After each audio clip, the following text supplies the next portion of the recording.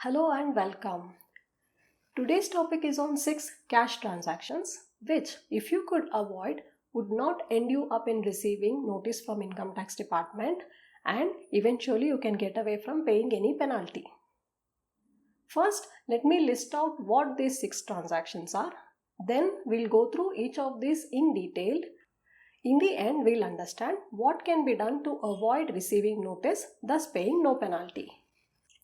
Let's start with the question, what are these 6 transactions? First, receiving cash against sale of any immovable property, say sale of house, plot of land, etc.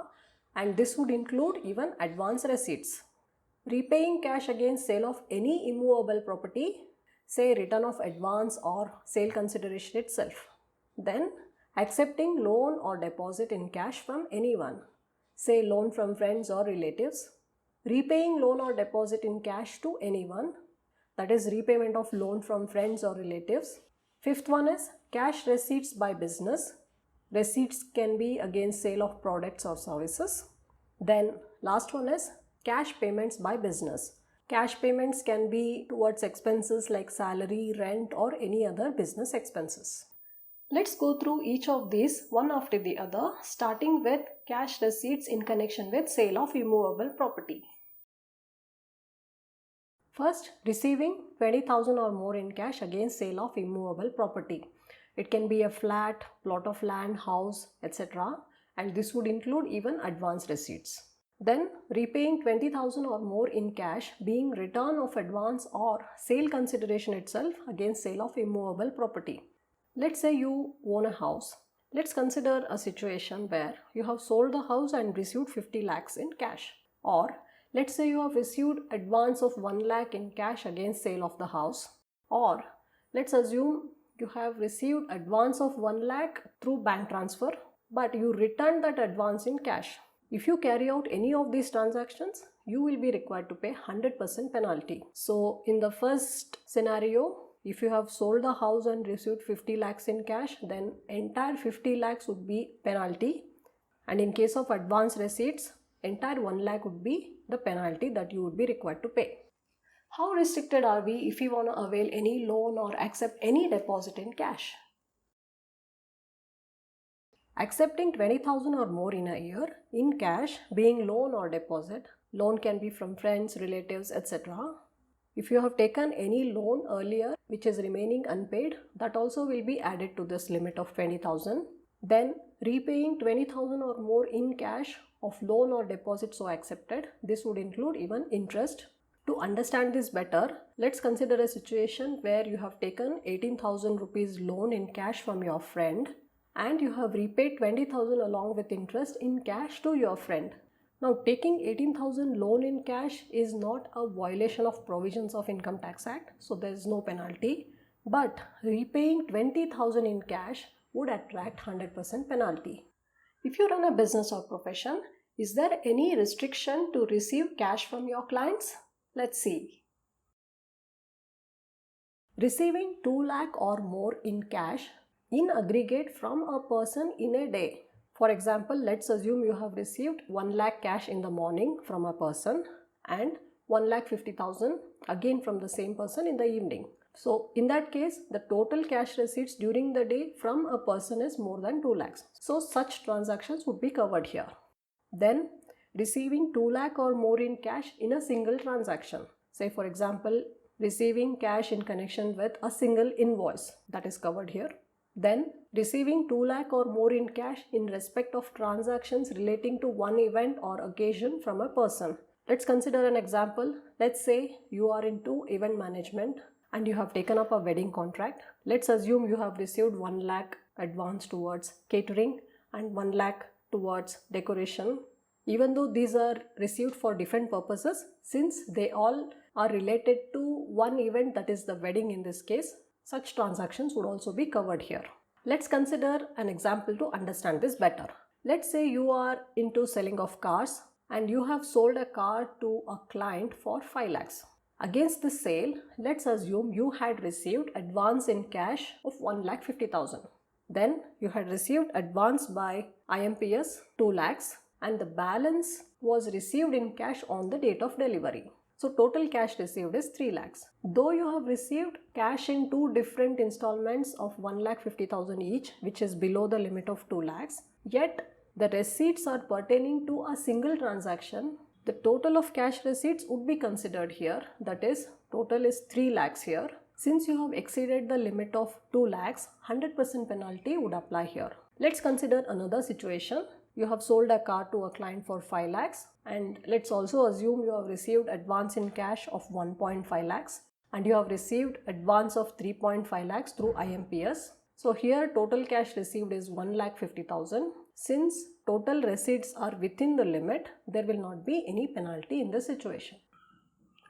We have a lot of restrictions on cash transactions. Having said that, the Income Tax Act does give us some relaxations. First, cash transactions during emergency. For example, during second wave of the pandemic in India, the government had allowed hospitals to accept cash more than 2 lakhs. Then repayment of loan in installment to any housing finance corporation or non-banking finance company in cash if each installment is less than 2 lakhs. Then farmers accepting loan or deposit from other farmers. That means people having only agricultural income can accept loan or deposit in cash from others who are also having only agricultural income.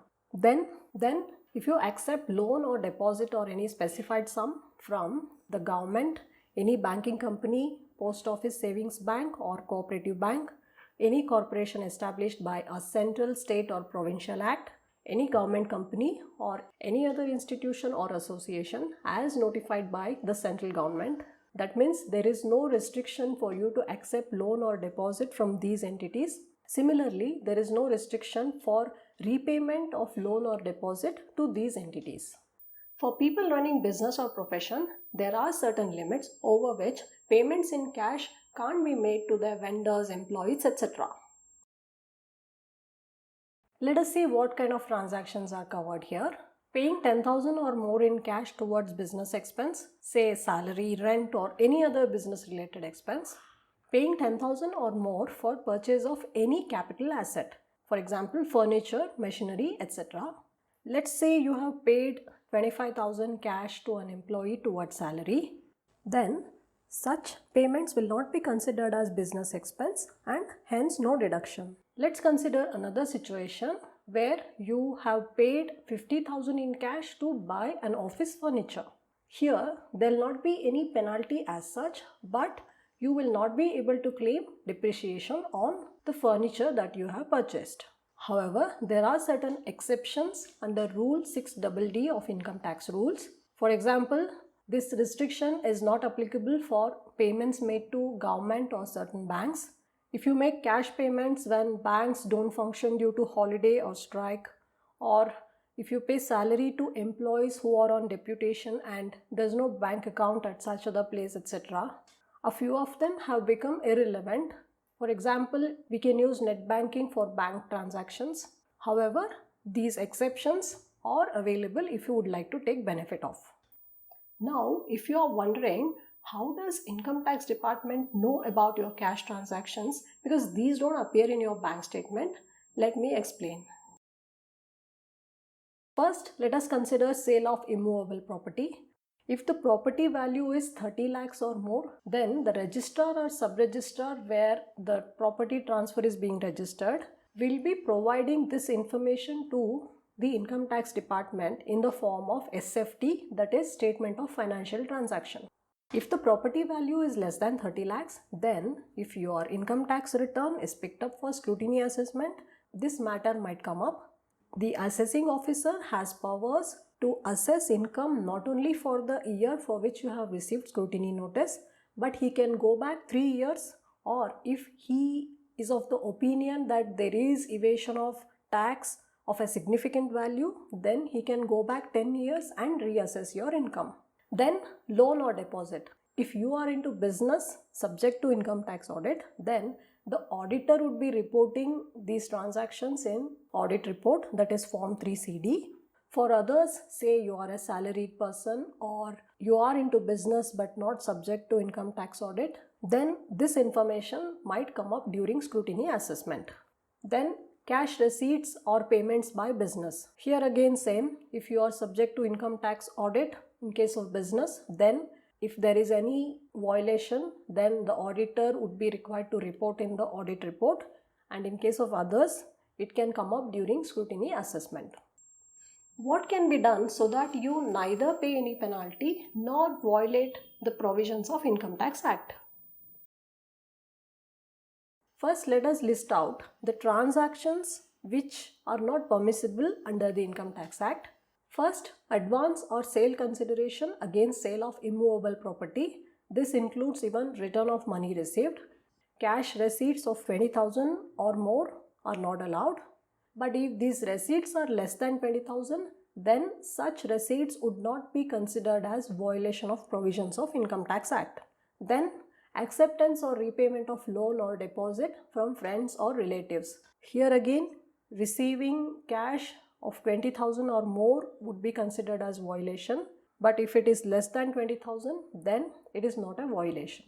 Then cash receipts by business, here it is 2 lakhs or more would be considered as violation, but there is no restriction for cash receipts less than 2 lakhs. Cash payments by business, 10,000 or more would be regarded as violation. If it is less than 10,000, then it is not a violation. Let me caution you here, if you have significant number of transactions within this allowable limit, then there is a possibility that the income tax department might consider it as evasion of tax. So you have to be ultra cautious. So if you can keep your cash transactions well within the limits, then there are high chances that you will be able to avoid penalty or for that matter even receiving notice from Income Tax Department. If you enjoyed this episode, you may like and share the video. Subscribe to my channel if you haven't already. Thank you for watching.